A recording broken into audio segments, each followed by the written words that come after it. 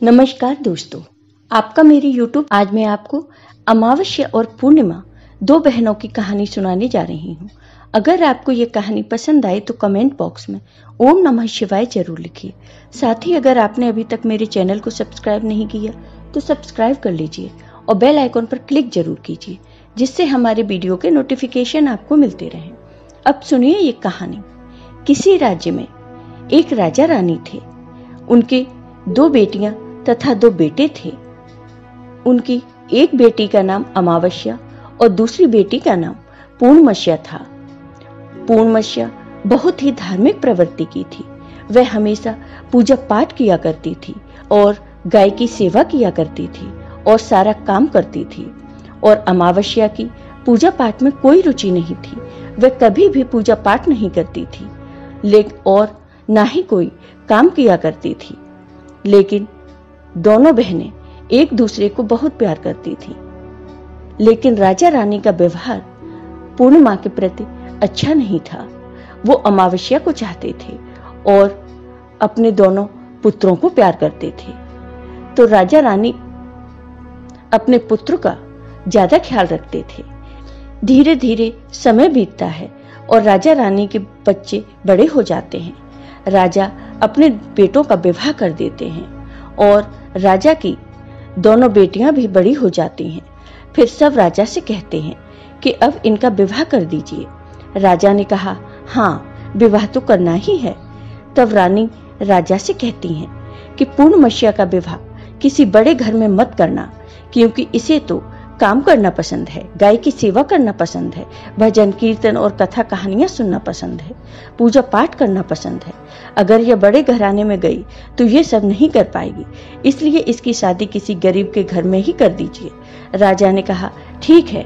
और राजा पूर्णमस्या के लिए रिश्ता तलाशने लगे और अंत में राजा ने एक गरीब घर में पूर्णमस्या का विवाह तय कर दिया। तब रानी ने कहा, महाराज, अमावस्या भी तो विवाह के योग्य है, इसके लिए भी वर देखिए और दोनों बहनों का विवाह साथ साथ कर दीजिए। राजा ने उसी गांव के राजा के बेटे के साथ अमावस्या का विवाह तय कर दिया। राजा ने रानी को बताया तो वह बहुत खुश हुई और मन में सोचने लगी, अब देखते हैं कि पूर्णिमा गरीब के घर कैसे रहती है, बहुत पूजा पाठ करती है, देखते हैं इसके भगवान इसकी क्या मदद करते हैं। फिर समय आने पर राजा ने अपनी दोनों बेटियों का विवाह कर दिया। अमावस्या को बहुत धन दौलत दी, लेकिन पूर्णमस्या को कुछ भी नहीं दिया। पूर्णमस्या के भाई भाभियां उससे बहुत प्यार करते थे, क्योंकि वो अपनी भाभियों का काम में हाथ बटाती थी, लेकिन अमावस्या उन पर रौब जमाती थी। फिर अमावस्या और पूर्णमस्या दोनों अपनी अपनी ससुराल चली गईं। एक बार की बात है, अमावस्या ने अपने घर पर सिर्फ चर्चा रखी और उसने सबको बुलाया, लेकिन अपनी बहन पूर्णमस्या को नहीं बुलाया। पूर्णमस्या अपने दरवाजे पर बैठी थी तो गांव की औरतों ने कहा कि तुम्हारी बहन के घर सिर्फ चर्चा है, तुम नहीं जाओगे। तब पूर्णमस्या ने कहा, नहीं, मैं नहीं जा रही, क्योंकि मेरी बहन ने मुझे नहीं बुलाया तो मैं कैसे जा सकती हूँ। तब गांव की औरतों ने कहा कि नहीं बुलाया तो क्या हुआ, पूजा पाठ है, तुम चलो हमारे साथ। गांव की औरतों की बात मानकर पूर्णमस्या शिव चर्चा में चली गई। जब अमावस्या ने पूर्णमस्या को देखा तो वो गुस्से से बोली कि जब मैंने तुम्हें नहीं बुलाया तो तुम मेरे घर क्यों चली आई? अब आ ही गई हो तो चुपचाप एक जगह बैठी रहना, इधर उधर मत घूमना। उसने पूर्णमस्या की गरीबी का बहुत मजाक उड़ाया।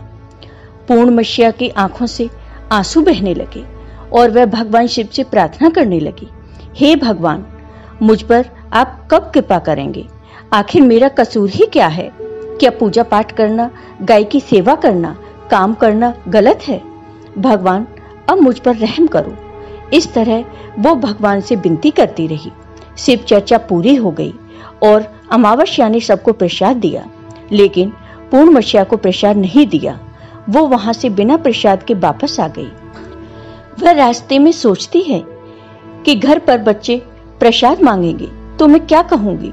फिर उसके मन में विचार आया कि क्यों ना अपने भाई भाभी से मिलकर आऊं। फिर वह अपने पति और बच्चों को बताकर अपने मायके जाने के लिए निकल गई। चलते चलते उसे एक तुलसी का पेड़ मिला। वहां एक चबूतरा बना था जिस पर एक बूढ़ी माई बैठी थी। उन बूढ़ी माई ने पूर्णमस्या से पूछा, बेटी तुम कौन हो और कहाँ जा रही हो? तब पूर्णमस्या ने बूढ़ी माँ को अपना परिचय दिया। फिर बूढ़ी माँ ने कहा, बेटी देखो, मेरा तुलसी का पौधा सूखा जा रहा है, इसमें थोड़ा जल डाल दो और चबूतरे के भी धुलाई कर दो तो थोड़ी ठंडक मिलेगी। तो पूर्णमस्या ने चबूतरे को धोया, तुलसी की पूजा की, उसमें जल डाला और बूढ़ी माँ को भी स्नान कराया और उनके चरण दबाए। फिर पूर्णमस्या ने कहा, माँ जी और कोई काम है क्या? तो बूढ़ी माँ ने कहा, नहीं बेटी, और उसे खूब आशीर्वाद दिया और कहा, जाओ तुम अपने मायके, लेकिन लौटते समय मुझसे मिलकर जाना। तो उसने कहा, ठीक है माँ जी, और वह आगे बढ़ी। चलते चलते रास्ते में उसे एक शिव मंदिर मिला। वहां भी एक चबूतरा था, उस पर एक बूढ़े बाबा बैठे थे। वो कोई और नहीं, स्वयं भगवान शिव थे, लेकिन पूर्णमस्या ने उन्हें पहचान नहीं पाया। बूढ़े बाबा ने कहा, तुम कौन हो बेटी? तब पूर्णमस्या बोली, क्या बात है बाबा? तब उन बाबा ने कहा, बेटी क्या तुम इस मंदिर की साफ सफाई कर दोगी? बहुत गंदा हो गया है, और चबूतरा भी धो देना, और मेरे नहाने के लिए 2 बाल्टी पानी भर देना, तो तुम्हारा बहुत एहसान होगा। पूर्णमस्या ने खुशी खुशी सब काम किया और भगवान शिव की पूजा की। थोड़ा और आगे चली तो उसे काली माँ का मंदिर मिला। काली माँ भी एक बूढ़ी माँ के रूप में वहां बैठी थी। काली माँ ने कहा, बेटी कौन हो? तब पूर्णमस्या ने अपना नाम बताया और कहा, क्या बात है माँ जी?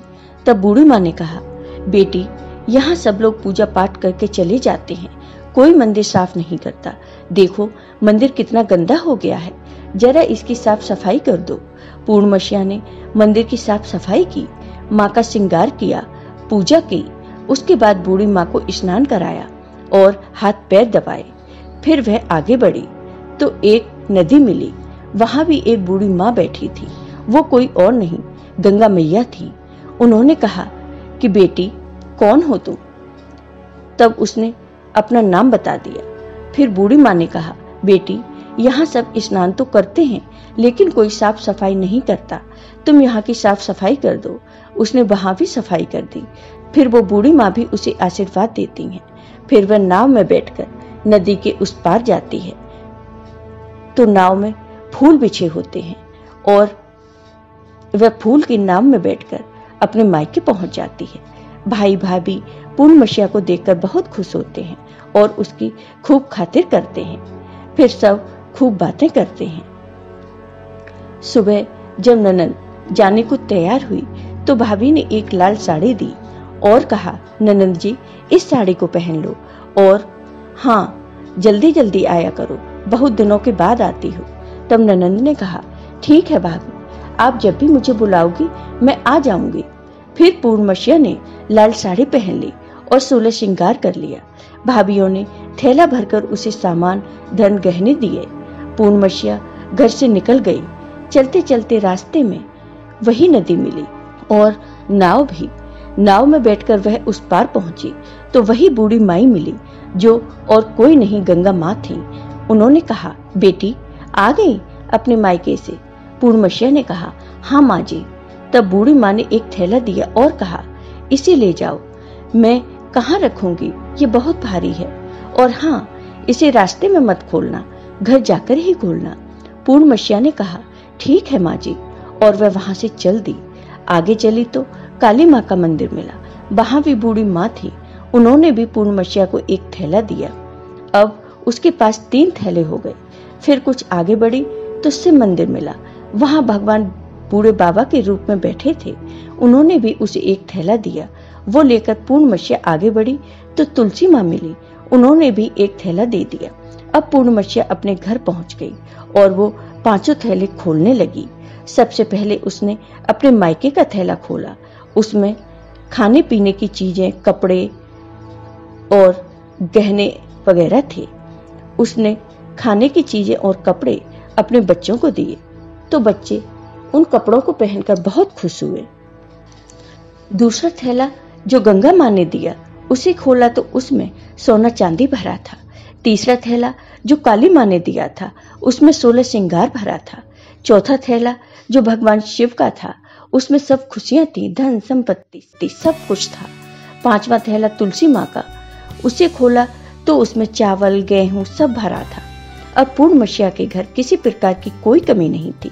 धन संपत्ति अन्न धन भंडार से उसका घर भर गया। पूर्णमशिया खुशी खुशी रहने लगी। एक दिन पूर्णमशिया ने सोचा क्यों न मैं शिव चर्चा करवाऊं।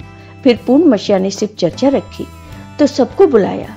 वह अपनी बहन के घर भी गई बुलावा देने। जब अमावस्या अपनी बहन के घर चर्चा में आई तो उसने घर में धन दौलत देखकर आश्चर्यचकित रह गई। फिर अमावस्या ने पूछा कि तुम्हारे घर में इतना धन दौलत कैसे हो गया। तब पूर्णमशिया ने कहा, देखो बहन, तुमने चर्चा रखी तो मुझे नहीं बुलाया, फिर भी मैं बिना बुलाए तुम्हारे घर गई, लेकिन तुमने मुझे प्रसाद नहीं दिया। फिर तुम्हारे घर से आने के बाद मैं मायके चली गई। फिर सब बात उसने अमावस्या को बता दी। अमावस्या ने कहा कि मैं भी जाऊंगी मायके, तुम भी मुझे डांटो और प्रसाद भी मत देना। लेकिन पूर्णिमा ने कहा कि भगवान का प्रसाद है, मैं तो सबको दूंगी। लेकिन अमावस्या ने प्रसाद नहीं लिया और अपने घर जाकर बच्चों से कहकर अपने मायके के लिए चल दी। चलते चलते तुलसी माँ मिली। उन्होंने कहा, बेटी ये चबूतरा धुल दो और तुलसी में पानी डाल दो। तो अमावस्या कहती है, ए बुढ़िया, मैंने इतनी महंगी साड़ी पहन रखी है, ये गंदी हो जाएगी, मैं कुछ नहीं करूंगी। आगे चलकर भगवान शिव जी मिले तो उनसे भी उसने ऐसे ही कह दिया। उससे आगे काली माँ मिली तो उनसे भी यही कह दिया। फिर गंगा मैया मिली तो उनसे भी ऐसे ही कह दिया। फिर वह नाव में बैठी तो नाव में कांटे थे जो उसके पैर में चुभ गए। फिर वह अपने मायके पहुंच गई। जब उनकी भाभीियों ने देखा तो कहा, ये कहां से आ गई। अरे पूर्णमशिया के पास तो कुछ नहीं था, इसलिए उसे सब कुछ दिया, लेकिन ये यहाँ क्यों आई है। कोई बात नहीं, अब आ ही गई है तो बैठो, ये तो कुछ काम करवाएगी नहीं। बेचारी पूर्णमशिया तो सारा काम करवाती है। अमावस्या खाना खाकर सो गई। सुबह हुई तो अमावस्या ने कहा, भाभी हम जा रहे हैं। तो भाभी ने कहा, ठीक है। तब अमावस्या ने कहा, भाभी पूर्णमशिया को तो आपने थैला दिया, मुझे कुछ नहीं। तो भाभी ने कहा, जाओ तुम्हारे घर थैला पहुंच जाएगा। फिर अमावस्या चल दी तो गंगा मैया मिली। गंगा माँ ने कहा, आ गई बेटी।